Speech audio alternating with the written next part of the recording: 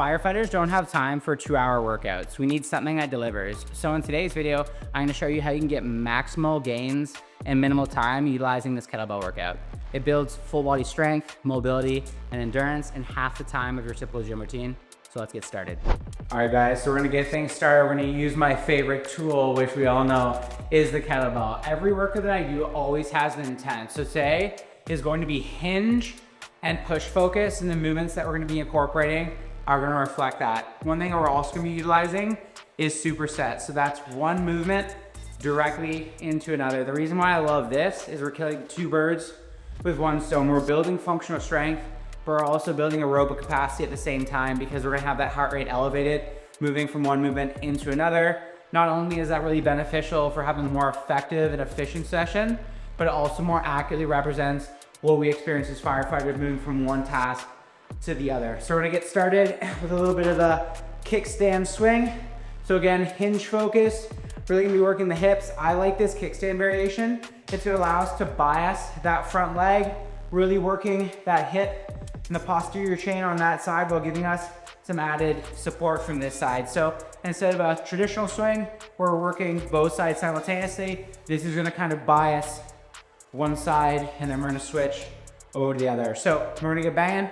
We're gonna move from that into a kettlebell push press, and those will be the first two movements that we're going to be doing. So we're gonna do 8 reps per side of the kickstand swing, and then we're gonna be doing 8 reps of a kettlebell push press. Again, hinge and press to get things into rocking and rolling. So let's go.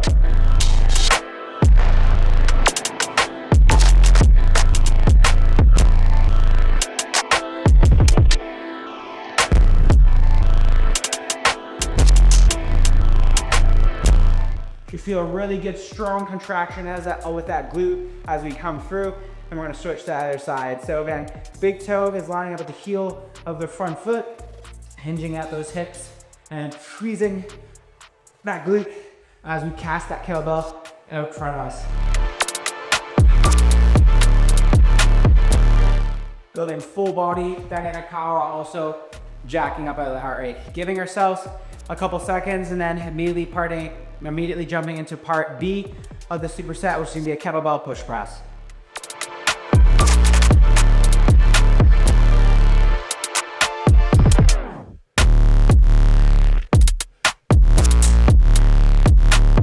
Driving, popping up with those legs, getting underneath, just like so.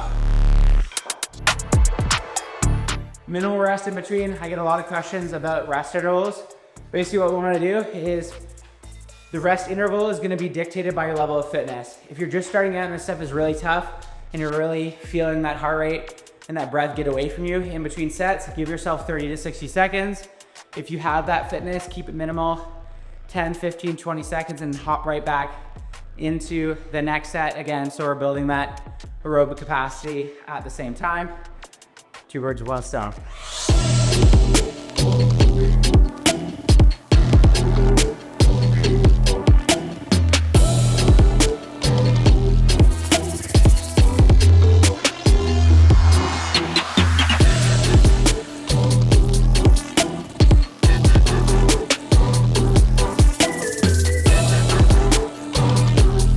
One thing we're gonna do during this workout as well, so we're gonna track the heart rate and calories just to show you guys how effective it is. So clicking on around 140 beats a minute. And for me, that's actually a little bit higher than it would be for a traditional zone 2 run. So again, just shows the cardiovascular element and how powerful these supersets really can be. So on to set number 3, already cooking. We're gonna move on.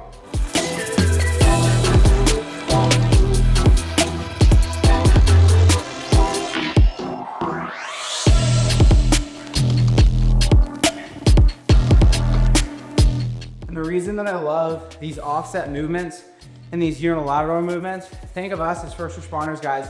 How often are we doing things like this in this very fixed sort of sagittal plane movement? So often we're in an awkward stance, reaching across our body, whether that be venting a roof, dragging a hose line, dragging a victim. That's why I want to put myself in these awkward positions in a controlled setting here. So that way when I'm in an uncontrolled setting on the job, my body has built that capacity and resilience so we don't get injured when it matters most. Set number 3 of the push press, then we're moving on.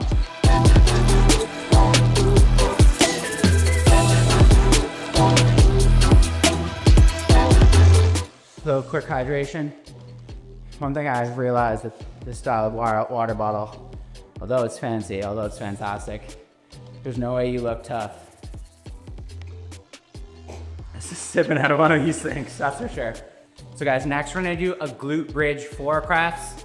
The thing that I love about functional fitness is, again, we're working the whole system, the whole kinetic chain. So this is really nice. We're gonna be doing the same as your traditional pressing movement, but instead of being supported by a bench, we're gonna be in that glute bridge position, working on the glutes and hamstrings.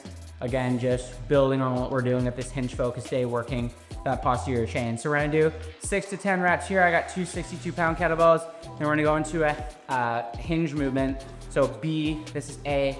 B is gonna be a single leg REL, really working again that hinge pattern, that posterior chain, as well as a ton of balance and strength in the lower leg and foot. This can also be done with dumbbells if you want, but I love the kettlebell. So traditional forward press position, we're gonna drive up through the heels, get those glutes engaged, and then press from there.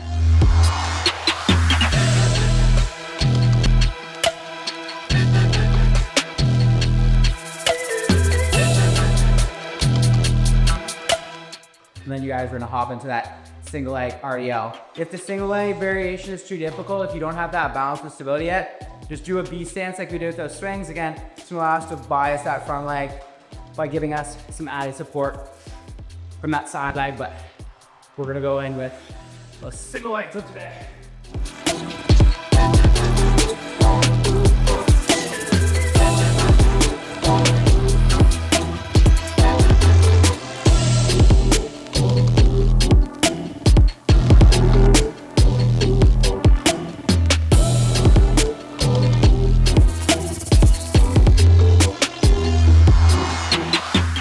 Again, this does take time, you guys. I think comparison is the thief of joy. You look at people online, they're doing more advanced movements. You'll get there, it just takes time and patience. You can't go 0 to hero right away. Build up, be progressive, and that's the really nice part about kettlebell training in particular. It's a skill, so actually learning that skill, becoming more proficient in that skill is one of the reasons why I love this, not to mention the functionality and the versatility is amazing for first responders. Set number 2, we're not playing, getting to work.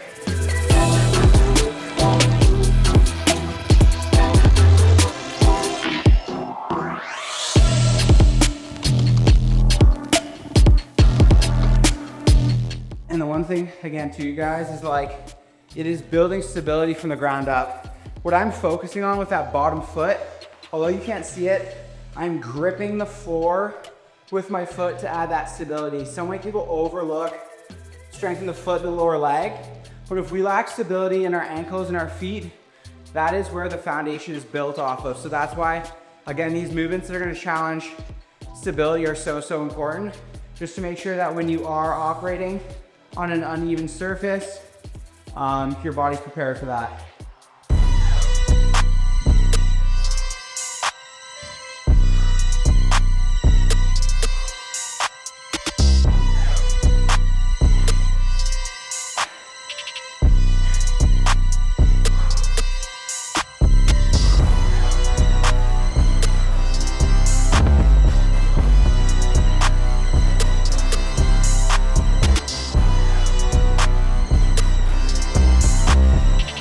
So as you guys can see, again, everything has an intent.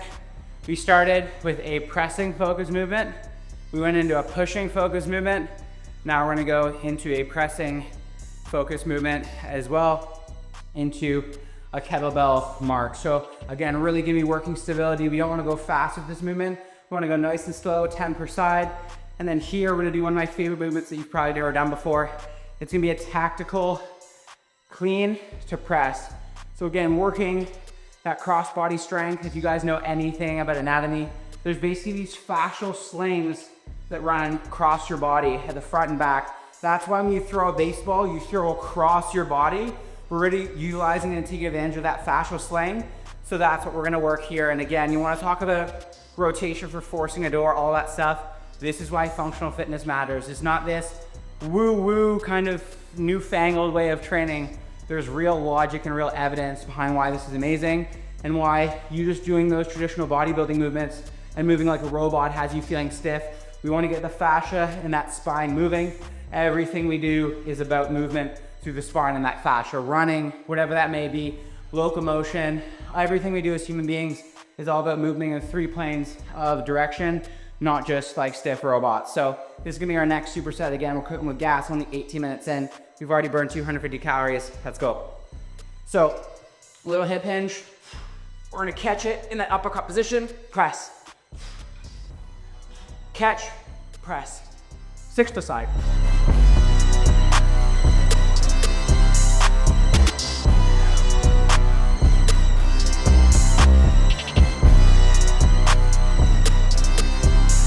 Hey guys, give me a break. You just look at that movement, it looks effective, don't get me wrong. So we're gonna go up into that goblet position and do a little goblet march.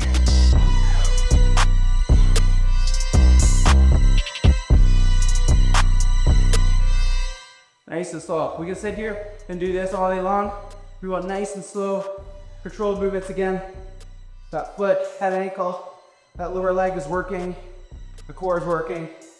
As we go, that single leg stance, 10 per side.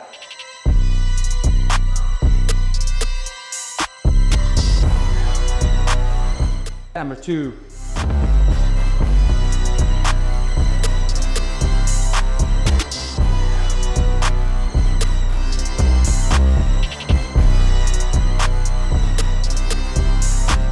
Traditional ground ladder weighs 70 and 90 pounds. So you best believe you can toss around a 55-pound kettlebell like that, you're gonna be able to absolutely manhandle a ladder.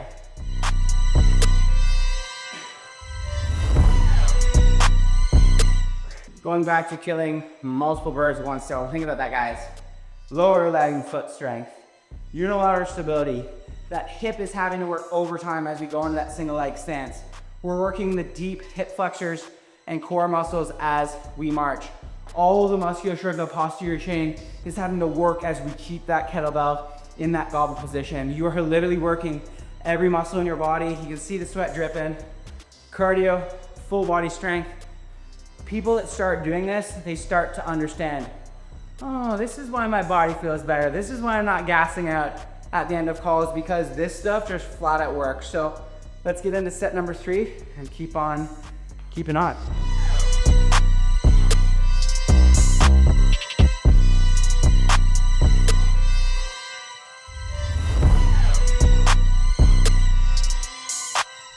AJ is gonna put a little graphic of fascial slings on the screen so you guys can see and know what the heck I'm talking about. If you're in a paramedic school, I know it was tough, but let's use that anatomy and physiology knowledge and it's gonna really become blatantly clear. Well, that's how the body works and that's why I need to train just like that. Final set of the marches here. I'm gonna train sideways so you guys can really see all the muscles working like we just talked about.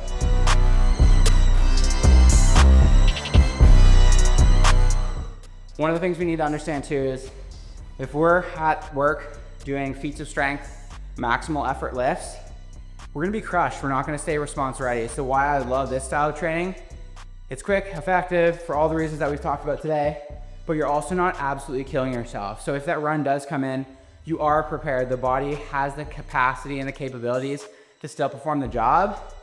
If we're trying to max our deadlift at work, not only is that a recipe for disaster when that run comes in, but we have to remember why we're here in the first place. It's for them, not for UP being a lift. So that's kind of where my mind always goes is, yes, I love to train at work. It gives me a little boost of energy. It's great for building camaraderie with your crew, but we also have to remember why we're here in the first place and we gotta make sure that we stay ready for that. The last thing that I will mention as we kind of get to the end of this session is there's also diminishing returns when we work out for too long. 45 minutes has kind of been deemed the sweet spot because once we go past that, although exercise is a eustress, it's a good stress, it's still a stressor nonetheless. So if we go beyond that 45 minutes, an hour mark, then we start to accumulate excessive cortisol, excessive stress hormones, and that is gonna, again, leave us being beat down and tired, but it's also really gonna prevent us from being able to recover effectively. And what we have to realize is consistency is the only thing that matters. So if we're not recovered and we're crushed for 3 or 4 days, we're not able to get back in the gym, it's gonna be really hard to move that needle forward. So whole bunch of reasons why this is fantastic, and those are just a couple of the last points. So we're gonna finish things off here. So 2 different options. I understand that a lot of fire halls are not gonna have sliders and turf, so I'm gonna show you the option 1 that I'm doing today and the option 2 that you can utilize. Again, I'm working the posterior chain and those hamstrings. One of the best ways to work a muscle, especially the hamstrings, is going nice and slow during that eccentric phase. That's really gonna work time under tension and build some bulletproof hamstrings. So we're gonna go 5 count on the way down. We're gonna do 6 reps here. I did a crazy track workout yesterday, so I'm feeling this one today. Last one. Slow, so slow, keeping those glutes engaged, feeling those hamstrings as they lengthen under tension. Awesome there. And then going back into that pressing movement, we're gonna do AMRAP push-ups. So as many push-ups as possible, basically till failure. The idea here is empty that tank.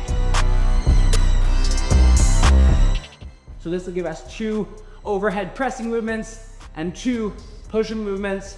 That way we've hit the chest, we've hit that push day effectively, and also work that posterior chain with the hinge focus.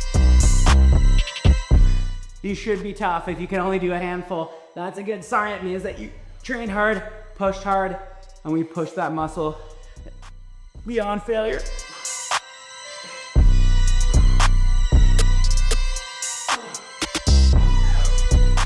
And one thing we have to realize with training you guys is everything that you do is to try to get the muscle to that point, because that's actually where you adapt and grow.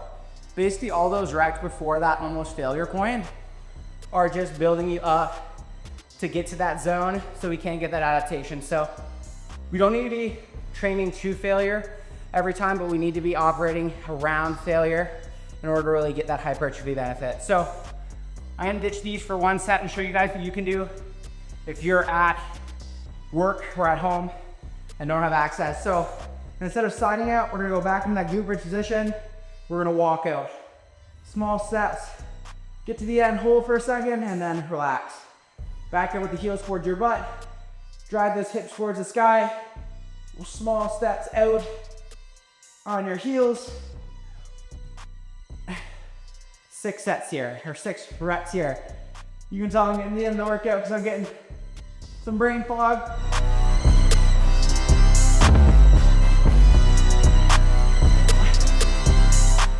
This is accomplishing almost the exact same thing, except the slider is a little smoother. I can really feel that lengthening under load, which I really like. Last set, slow it down here. I'm getting distracted, I'm speeding up, you cheat my reps. And relax. Back into those dreaded push-ups.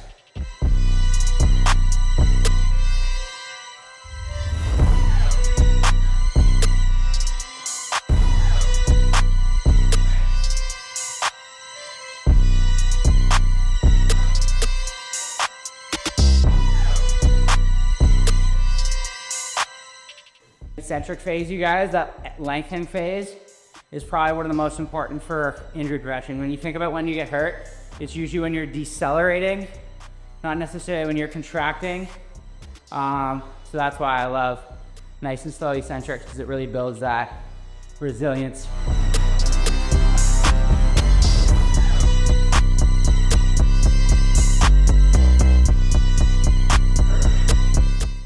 And that is pretty much it, you guys. 32 minutes. Let's see how many calories we burned in that time. For 33 minutes and 1 second. Keep in mind we are shooting a YouTube video, so there is a little bit of flapping of the gums taking place. 403 calories, average heart rate of 123 in 33 minutes. And that just goes to show you don't need to work out for hours on end in order to absolutely crush it and make progress in the gym. So if you guys want to train more like this, I'm gonna throw some free resources in the description below. And until next time, stay safe, take care, peace.